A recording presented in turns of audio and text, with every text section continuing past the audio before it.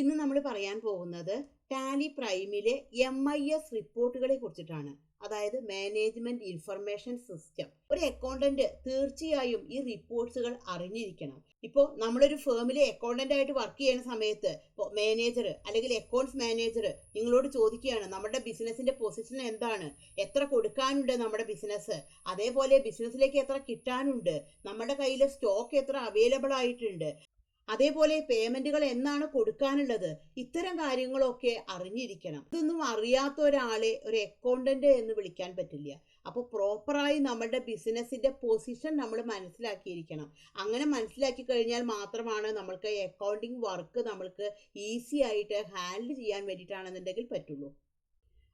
Business എത്ര ലാഭം ഉണ്ടാക്കിയിട്ടുണ്ട്, ഓരോ മന്തിലും പ്രോഫിറ്റ് എന്താണ്, അല്ലെങ്കിൽ വീക്കിലി പ്രോഫിറ്റ് എന്താണ്, ഇതിനെ കുറിച്ചിട്ടൊക്കെ നല്ലൊരു ഐഡിയ ഉണ്ടായിരിക്കണം. ഹലോ ഫ്രണ്ട്സ്, ഞാൻ Shyamala Narayanan. Welcome back to my channel Tally accounting Malayalam. എൻ്റെ വീഡിയോ ആദ്യമായിട്ടാണ് നിങ്ങൾ കാണുന്നുണ്ടെന്നുണ്ടെങ്കിൽ, എൻ്റെ ടീച്ചിങ് സ്റ്റൈൽ നിങ്ങൾക്ക് ഇഷ്ടമാണെന്നുണ്ടെന്നുണ്ടെങ്കിൽ ഒന്ന് സബ്സ്ക്രൈബ് ചെയ്യണേ. അതിനോടൊപ്പം തന്നെ തൊട്ടടുത്തുള്ള ബെൽ ബട്ടണും കൂടി ഒന്ന് ക്ലിക്ക് ചെയ്യണേ. എന്നാൽ മാത്രമാണ് ഞാനിടുന്ന വീഡിയോകളുടെ നോട്ടിഫിക്കേഷൻ നിങ്ങൾക്ക് കിട്ടുള്ളൂ. അതേപോലെ തന്നെ ഇഷ്ടമായി കഴിഞ്ഞാൽ ഒന്ന് ലൈക്കും കൂടി ചെയ്യണേ. പിന്നെ നിങ്ങളുടെ ഫ്രണ്ട്സിനോ റിലേറ്റീവ്സിനോ ഒക്കെ ഒന്ന് ഷെയർ ചെയ്ത് കൊടുക്കണേ.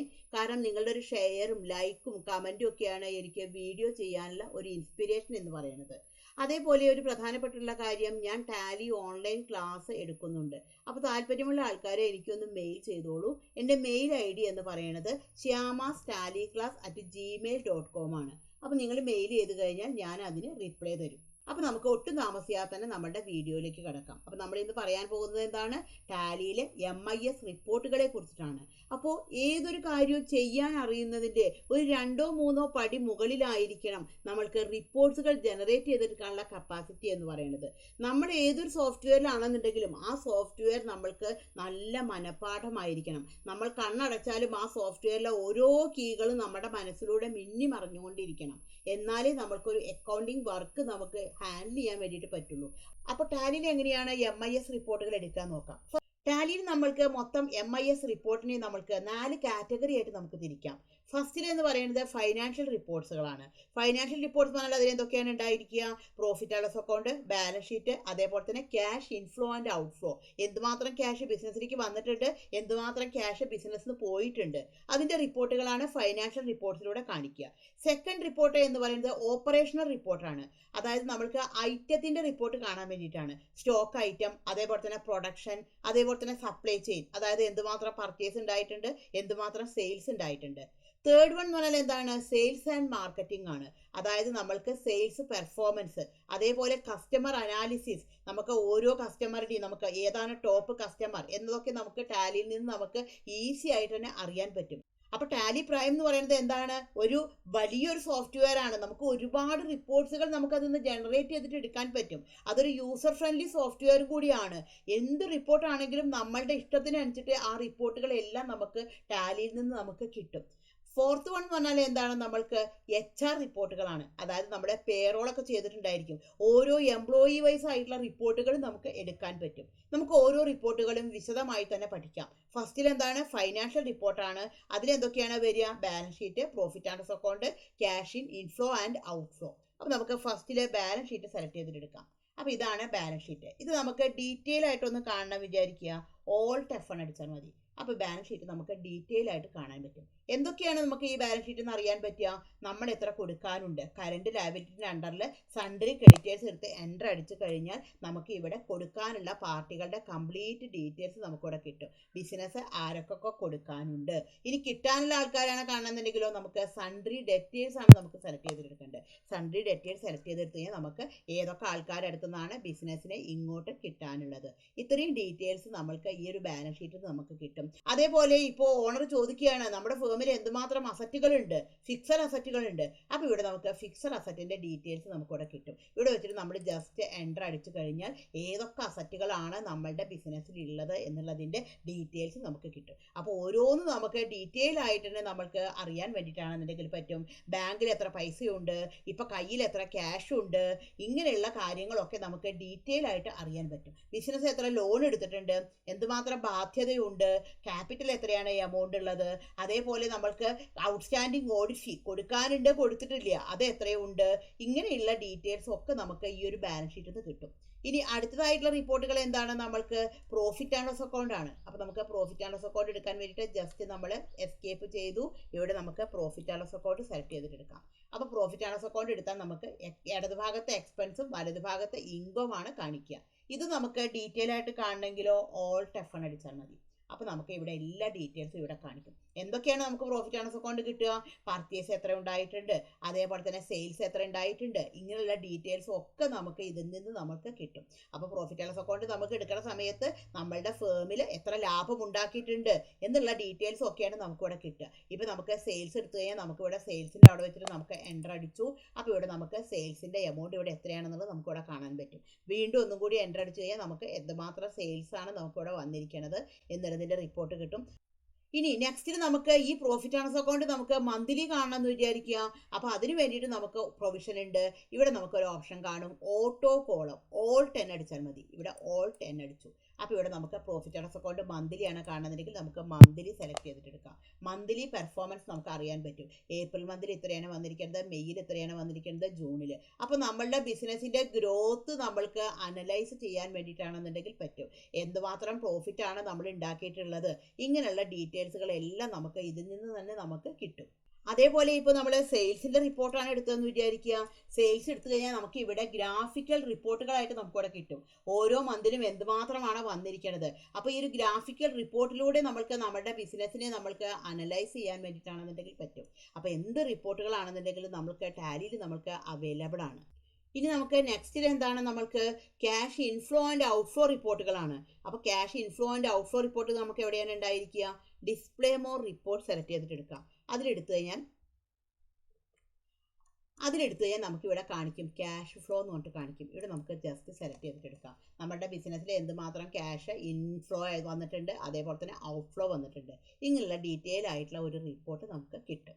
ഇനി നെക്സ്റ്റ് റിപ്പോർട്ട് എന്താണ് പറഞ്ഞിട്ടുണ്ടായിരുന്നത്, ഓപ്പറേഷണൽ റിപ്പോർട്ടാണ്. അതിൽ ഫസ്റ്റിൽ എന്താണ്, നമ്മൾക്ക് ഐറ്റമാണ്, ഇൻവെൻ്ററി റിപ്പോർട്ടാണ്. അപ്പോൾ നമ്മുടെ ബിസിനസ്സിൽ എന്തുമാത്രം സ്റ്റോക്ക് അവൈലബിൾ ആയിട്ടുണ്ട്, ഇങ്ങനെയുള്ള ഡീറ്റെയിൽസ് ഒക്കെയാണ് നമുക്ക് അതിൽ നിന്ന് കിട്ടുക. അതേപോലെ നമ്മൾക്ക് ഏജിങ് അനാലിസിസ്, ഓരോ ഐറ്റത്തിൻ്റെയും പഴക്കം, അതായത് നമ്മുടെ കയ്യിൽ കുറേ സ്റ്റോക്കുകൾ ഉണ്ട്, അപ്പോൾ നമ്മൾ എന്നാണ് അത് പർച്ചേസ് ചെയ്തിരിക്കുന്നത്, അപ്പോഴാണ് നമ്മൾക്ക് ആ ഐറ്റം, കാരണം ആദ്യം പർച്ചേസ് ചെയ്തതാണ് നമ്മൾ ആദ്യം സെയിൽ ചെയ്യേണ്ടത്, അല്ലെങ്കിൽ എന്താണ്, ഐറ്റത്തിൻ്റെ പഴക്കം കാരണം ആ ഐറ്റം വേണ്ട രീതിയിൽ സെയിൽ ചെയ്ത് പോവില്ല അല്ലേ. അപ്പോൾ നമുക്ക് ഇങ്ങനെയുള്ള കാര്യങ്ങളൊക്കെ നമുക്ക് അറിഞ്ഞിരിക്കണം. അപ്പോൾ നമുക്ക് ഐറ്റം കിട്ടാൻ വേണ്ടിയിട്ട് നമ്മൾ എവിടേക്കാണ് പോകേണ്ടത്, നേരെ നമ്മൾ ഗേറ്റ് ഓഫ് ടാലിയിലേക്ക് വന്നു. ഇവിടെ നമുക്ക് സ്റ്റോക്ക് സമ്മറി നമുക്ക് സെലക്ട് ചെയ്തിട്ടെടുക്കാം. ഇവിടെ നമുക്ക് സ്റ്റോക്ക് സമ്മറി നമ്മൾ സെലക്ട് ചെയ്തിട്ടെടുത്തു. നമ്മുടെ ബിസിനസ്സിലെ എല്ലാ ഐറ്റത്തിൻ്റെ ഡീറ്റെയിൽസും നമുക്കിവിടെ കാണും. ഇവിടെ വെച്ചിട്ട് ജസ്റ്റ് ഒന്ന് നമുക്ക് F12 പ്രസ് ചെയ്യാം. F12 പ്രസ് ചെയ്താൽ ഇവിടെ നമുക്ക് കാണിക്കും ഷോ ഓപ്പണിംഗ് ബാലൻസ്. നമുക്ക് ഇതിൻ്റെ ഓപ്പണിംഗ് ബാലൻസ് ഉണ്ടെന്നുണ്ടെങ്കിൽ നമുക്ക് ആ ഒരു ഓപ്ഷൻ നമുക്കിവിടെ യെസ് കൊടുക്കാം. അത് കഴിഞ്ഞാൽ അടുത്തത് ഇവിടെ ചോദിക്കും show goods inward and outward. എന്താണ് ഇതുകൊണ്ട് ഉദ്ദേശിക്കുന്നത്, നമ്മുടെ ബിസിനസ്സിലേക്ക് എത്ര ഗുഡ്സ് വന്നിട്ടുണ്ട്, ബിസിനസ്സിന് എത്ര ഗുഡ്സ് പോയിട്ടുണ്ട്, നമ്മൾ എത്ര പർച്ചേസ് ചെയ്തിട്ടുണ്ട്, എത്ര സെയിൽ ചെയ്തിട്ടുണ്ട്. അപ്പോൾ ഈ ഒരു ഓപ്ഷനും കൂടി നമ്മൾ യെസ് കൊടുക്കാം. ഇവിടെ നമ്മൾ യെസ് കൊടുത്തു. ഇനി എന്താണ് നമുക്കിവിടെ കാണിക്കേണ്ടത്, അതേപോലെ നമുക്കിവിടെ show stock item with zero quantity or balance. നമുക്ക് ഐറ്റം സീറോ ക്വാണ്ടിറ്റി ആയിട്ടുള്ള ഐറ്റംസ് നമുക്ക് ഷോ ചെയ്യണമെങ്കിൽ എന്താണ്, നമുക്ക് ഈ ഒരു ഓപ്ഷൻ നമുക്കിവിടെ യെസ് കൊടുക്കാം. ഇതെല്ലാം കഴിഞ്ഞ് കഴിഞ്ഞാൽ നമുക്ക് ഇത് കൺട്രോൾ അടിക്കാം. അപ്പോൾ നമുക്ക് കണ്ടു ഇങ്ങനെയുള്ള ഡീറ്റെയിൽ ആയിട്ടുള്ള ഒരു റിപ്പോർട്ട് കിട്ടും. Opening balance, inward, outward, balance എന്ന് പറഞ്ഞിട്ടുള്ള ഒരു ഡീറ്റെയിൽ ആയിട്ടുള്ള റിപ്പോർട്ടുകൾ നമുക്ക് കിട്ടും. ഓരോ ഐറ്റവും എന്തുമാത്രം സ്റ്റോക്ക് ഉണ്ട് എന്നുള്ളതിനെക്കുറിച്ച് നമുക്ക് നല്ലൊരു ഐഡിയ കിട്ടും. അതേപോലെ തന്നെ ഈ സ്റ്റോക്കിൻ്റെ നമ്മൾക്ക് ഏജിങ് അനാലിസിസ് നമുക്ക് കാണാൻ പറ്റും. ഓരോ ഐറ്റത്തിൻ്റെയും പഴക്കം എത്രയുണ്ട് എന്നുള്ളത് നമുക്ക് കാണാൻ വേണ്ടിയിട്ടാണെങ്കിൽ പറ്റും. ഇനിയിപ്പോൾ നമുക്ക് ഓരോ ഐറ്റം വൈസ് ആയിട്ടുള്ള റിപ്പോർട്ടാണ് കാണേണ്ടത് വിചാരിക്കുക. ഇവിടെ നമുക്ക് സ്റ്റോക്ക് ഐറ്റം വൈസ് നമുക്ക് സെലക്ട് ചെയ്തിട്ടെടുക്കാം. അപ്പോൾ ഇവിടെ നമുക്ക് ഐറ്റം വൈസ് ആയിട്ടുള്ള റിപ്പോർട്ടുകളാണ് നമുക്ക് കിട്ടുന്നത്. ഓരോ ഐറ്റത്തിൻ്റെ റിപ്പോർട്ടുകൾ നമുക്ക് ഗ്രൂപ്പ് വൈസ് ആണെങ്കിൽ നമുക്ക് ഗ്രൂപ്പ് വൈസ്, നമ്മൾ ഗ്രൂപ്പ് കൊടുത്തു കഴിഞ്ഞാൽ നമുക്ക് ഗ്രൂപ്പ് വൈസ് ആയിട്ട് കിട്ടും. ഐറ്റത്തിൻ്റെ ആണെങ്കിൽ ഐറ്റം വൈസ് ആയിട്ടുള്ള റിപ്പോർട്ട് കിട്ടും. ഇനി എന്താണ്, നമുക്ക് ഐറ്റത്തിൻ്റെ ഏജിങ് അനാലിസിസ് ആണ് നമുക്ക് അറിയേണ്ടത്. അതിന് വേണ്ടിയിട്ടാണെന്നുണ്ടെങ്കിൽ നമ്മൾ ജസ്റ്റ് എസ്കേപ്പ് ചെയ്തു, ഡിസ്പ്ലേ മോർ റിപ്പോർട്ട് സെലക്ട് ചെയ്തിട്ടെടുത്തു. അതിൽ സ്റ്റേറ്റ്മെൻറ്റ്സ് ഓഫ് ഇൻവെൻട്രി ആണ് സെലക്ട് ചെയ്തിട്ടെടുക്കേണ്ടത്. അതിൽ മൂവ്മെൻറ്റ് അനാലിസിസിൻ്റെ അടിയിൽ ഏജിങ് അനാലിസിസ് ഉണ്ട്. ഇവിടെ നമുക്ക് ഏജിങ് അനാലിസിസ് സെലക്ട് ചെയ്തിട്ടെടുക്കാം. നമ്മൾ ജസ്റ്റ് എൻ്റർ അടിച്ചു. അപ്പോൾ ഈ ഐറ്റത്തിൻ്റെ എല്ലാ ഡീറ്റെയിൽസും ഇവിടെ കാണിച്ചു. ഇവിടെ നമുക്ക് നോക്കിക്കഴിഞ്ഞാൽ കുറേ ഡേയ്സ് വന്ന് കിടക്കുന്നുണ്ട്. Below 45 days, 45 to 90 days, 90 to 180 days എന്നുള്ള ഡീറ്റെയിൽസ് ഇവിടെ വന്ന് കിടക്കുന്നുണ്ട്. നമുക്കിവിടെ ഏജിങ് പീരീഡ് നമുക്ക് ചേഞ്ച് ചെയ്ത് കൊടുക്കാം. ഇവിടെ നമുക്ക് ഏജിങ് പീരീഡ് സെലക്ട് ചെയ്തിട്ടെടുത്തു. നമുക്ക് എത്ര ദിവസത്തിൻ്റെ പഴക്കത്തിലാണ് നമുക്ക് കാണേണ്ടത്. ഇപ്പോൾ ഇവിടെ ഡിഫോൾട്ടായിട്ട് 0 to 45, 45 to 90, 90 to 180 ഡേയ്സ് ഇങ്ങനെയാണ് ഡീറ്റെയിൽസ് ആയിട്ട് വന്നിരിക്കുന്നത്. നമുക്ക് നമ്മുടേതായുള്ള ഇഷ്ടത്തിനനുസരിച്ചുള്ള ഒരു പീരീഡ് നമുക്ക് ഇവിടെ നമുക്ക് സെലക്ട് ചെയ്തിട്ട് കൊടുക്കാൻ വേണ്ടിയിട്ടാണെങ്കിൽ പറ്റും. നമുക്ക് വാല്യൂ ആണ് കാണണമെങ്കിൽ നമുക്ക് ഇവിടെ ഷോ വാല്യൂ അടിക്കാം. അപ്പോൾ നമുക്ക് വാല്യൂയും കൂടിയിട്ടുള്ള ഡീറ്റെയിൽസ് കാണിക്കും. ഹൈഡ് വാല്യൂ ആണെങ്കിൽ നമുക്ക് ഇവിടെ ഹൈഡ് വാല്യൂ നമുക്ക് സെലക്ട് ചെയ്തിട്ടെടുക്കാം. അതേപോലെ വാല്യുവേഷൻ റിപ്പോർട്ട് ഉണ്ട്. നമുക്ക് എങ്ങനെയാണ് എക്സ്പയർഡ് ബാച്ചസിൻ്റെ ഡീറ്റെയിൽസ് വേണോ അതോ ഗോഡൗൺ ടൈപ്പ് ആയിട്ടുള്ള റിപ്പോർട്ട് വേണോ, ഇങ്ങനെയുള്ള കാര്യങ്ങളൊക്കെ നമുക്ക് സെലക്ട് ചെയ്തിട്ടെടുക്കാം.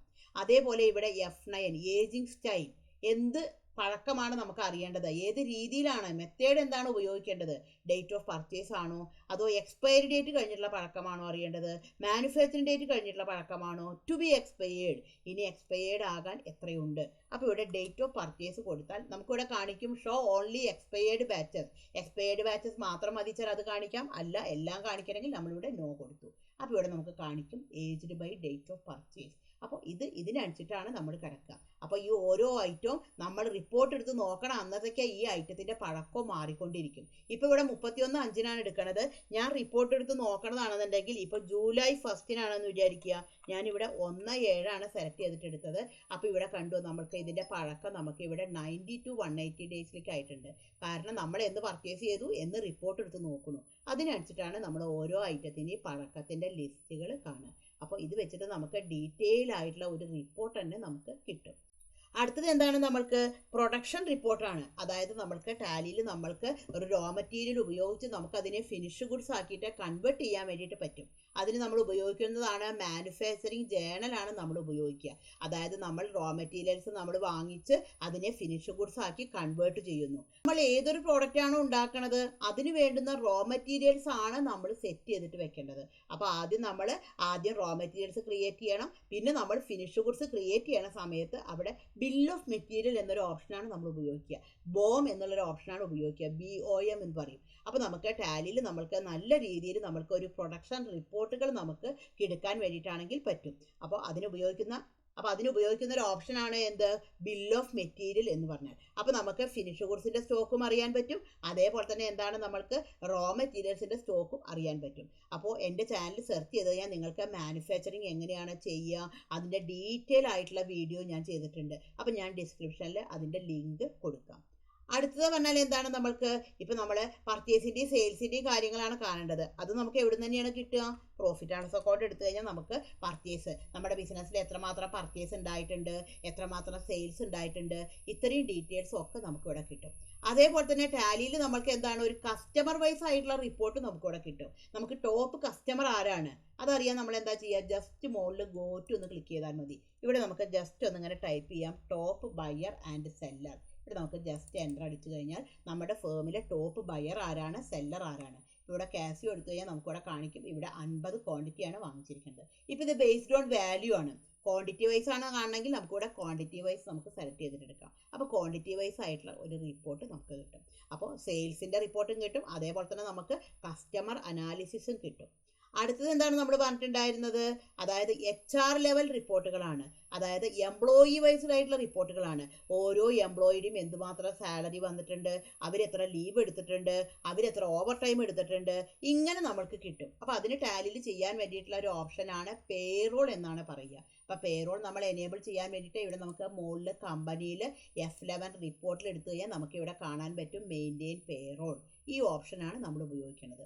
ഈ ഓപ്ഷൻ ഉപയോഗിച്ച് എസ് ആക്കി കഴിഞ്ഞു കഴിഞ്ഞാൽ ഇവിടെ നമ്മൾക്ക് ക്രിയേറ്റ് എടുത്തു കഴിഞ്ഞാൽ നമുക്കിവിടെ പേറോൾ ബട്ടൺ ഇവിടെ വരും. പേറോൾ മാസ്റ്റേഴ്സ് എന്നുള്ളൊരു ഓപ്ഷൻ ഇവിടെ വരും. ഇവിടെ നമുക്ക് എംപ്ലോയി ഗ്രൂപ്പ് ഉണ്ട്, അതേപോലെ തന്നെ എംപ്ലോയിയെ ക്രിയേറ്റ് ചെയ്യാം, വർക്കിംഗ് യൂണിറ്റ് ആവും ചിലപ്പോൾ റേറ്റ് പറഞ്ഞിട്ടുണ്ടായിരിക്കുക. ഒരു മാനുഫാക്ചറിങ് ഫേം ആകുമ്പോൾ അവിടെ എത്ര പീസ് പ്രൊഡ്യൂസ് ചെയ്തു അതിനനുസരിച്ചിട്ടായിരിക്കും റേറ്റ് ഉണ്ടായിരിക്കുക. അപ്പോൾ അത് അവിടെ കൊടുക്കാം. ഓവർ ടൈം ആണെങ്കിൽ അവറിനാണ് നമ്മൾ കൊടുക്കുക. അതേപോലെ അറ്റൻഡൻസ് ഓർ പ്രൊഡക്ഷൻ ടൈം, നമ്മൾ ലീവുകളൊക്കെ എടുത്തു കഴിഞ്ഞിട്ടുണ്ടെങ്കിൽ എന്താണ് നമ്മൾ അപ്പോൾ ആബ്സെൻ്റ് എന്നുള്ളത് നമുക്ക് ഇവിടെ മാർക്ക് ചെയ്തിട്ട് എടുക്കാം, അല്ലെങ്കിൽ നമുക്ക് പ്രസൻറ്റ് എന്നുള്ളത് നമുക്ക് മാർക്ക് ചെയ്തിട്ട് എടുക്കാം. നെക്സ്റ്റിൽ എന്താണ് പറഞ്ഞിരിക്കുന്നത്, നമുക്ക് പേ ഹെഡ്സ് ആണ്. ഒരു എംപ്ലോയർ എംപ്ലോയിക്ക് എന്തെല്ലാം ആനുകൂല്യങ്ങളാണ് കൊടുക്കുന്നത്. ഇപ്പോൾ നമുക്ക് ബേസിക് സാലറി, അതിന് എല്ലാവരുടെ ഉണ്ടായിരിക്കും അല്ലേ ബേസിക് സാലറി. അപ്പോൾ നമുക്ക് ഓരോ ഡീറ്റെയിൽസും ഇവിടെ നമുക്ക് സെലക്ട് ചെയ്തിട്ട് കൊടുക്കാൻ വേണ്ടിയിട്ടാണെങ്കിൽ പറ്റും. ഇതെടുത്തു കഴിഞ്ഞാൽ നമുക്ക് ഈ റിപ്പോർട്ട് കിട്ടാൻ വേണ്ടിയിട്ട് ഓരോ എംപ്ലോയിയുടെയും നമ്മൾക്ക് എംപ്ലോയി വൈസ് ആയിട്ടുള്ള ഒരു റിപ്പോർട്ട് കിട്ടും. അപ്പോൾ അതെവിടെയാണ് നമുക്ക് കിട്ടുക? നമ്മൾ just display more report select ചെയ്തിട്ടെടുത്തു. അതിൽ പേറോൾ റിപ്പോർട്ട്സ് ഉണ്ട്. ഇവിടെ നമുക്ക് പേറോൾ റിപ്പോർട്ട് സെലക്ട് ചെയ്തിട്ടെടുത്തു. ഇവിടെ നമുക്ക് ഓരോന്നും നമുക്ക് കാണാൻ പറ്റും. പേ സ്ലിപ്പ് എടുത്തു കഴിഞ്ഞാൽ നമ്മൾക്ക് ഓരോരുത്തരെയും സ്ലിപ്പ് കാണാൻ പറ്റും. ഇപ്പോൾ രാജിന് എന്തെല്ലാം വന്നിട്ടുണ്ട്. രാജ് 2 ദിവസം ആബ്സെൻ്റ് ആയിട്ടുണ്ട്. രാജിനുള്ള ഏണിങ്സ് ഇവിടെയും ഡിഡക്ഷൻസ് ഇവിടെയാണ് കാണിക്കുക. രാജിൻ്റെ നെറ്റ് സാലറി നമുക്ക് ഇവിടെ കാണാൻ വേണ്ടിയിട്ട് പറ്റും. അപ്പോൾ ഇങ്ങനെ ഓരോന്നും നമുക്ക് കാണാൻ വേണ്ടിയിട്ടാണെന്നുണ്ടെങ്കിൽ നമുക്ക് പറ്റും. നമുക്ക് പേ ഷീറ്റ് സെലക്ട് ചെയ്തിട്ടെടുക്കാം, അറ്റൻഡൻസ് ഷീറ്റ് സെലക്ട് ചെയ്തിട്ടെടുക്കാം. പേറോൾ രജിസ്റ്റർ എടുത്തു കഴിഞ്ഞാൽ നമ്മൾ എത്ര രജിസ്റ്റർ ചെയ്തു എന്നതിൻ്റെ റിപ്പോർട്ട് കിട്ടും. നമ്മൾ ഒരു രജിസ്റ്ററാണ് ഇവിടെ നമ്മൾ ചെയ്തിരിക്കുന്നത്.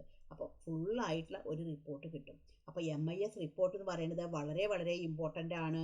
ഒരു അക്കൗണ്ടൻ്റ് എന്നുള്ള നിലയ്ക്ക് നിങ്ങൾ തീർച്ചയായിട്ടും അത് അറിഞ്ഞിരിക്കണം. ടാലിയിൽ എങ്ങനെയാണ് ഓരോ റിപ്പോർട്ട്സുകളും ജനറേറ്റ് ചെയ്തിട്ടെടുക്കുക, എന്തെല്ലാം റിപ്പോർട്ട്സുകളാണ് ടാലിയിൽ ഉള്ളത്, ഇതറിയാതെ ഒരു അക്കൗണ്ടൻ്റ് ആകാൻ പറ്റില്ല. കാരണം നമ്മൾ ടാലി സോഫ്റ്റ്വെയർ ആണ് ഉപയോഗിക്കണമെന്നുണ്ടെങ്കിൽ ഇത്രയും കാര്യങ്ങൾ നമ്മൾ നല്ല രീതിക്ക് തന്നെ നമ്മൾ അറിഞ്ഞിരിക്കണം.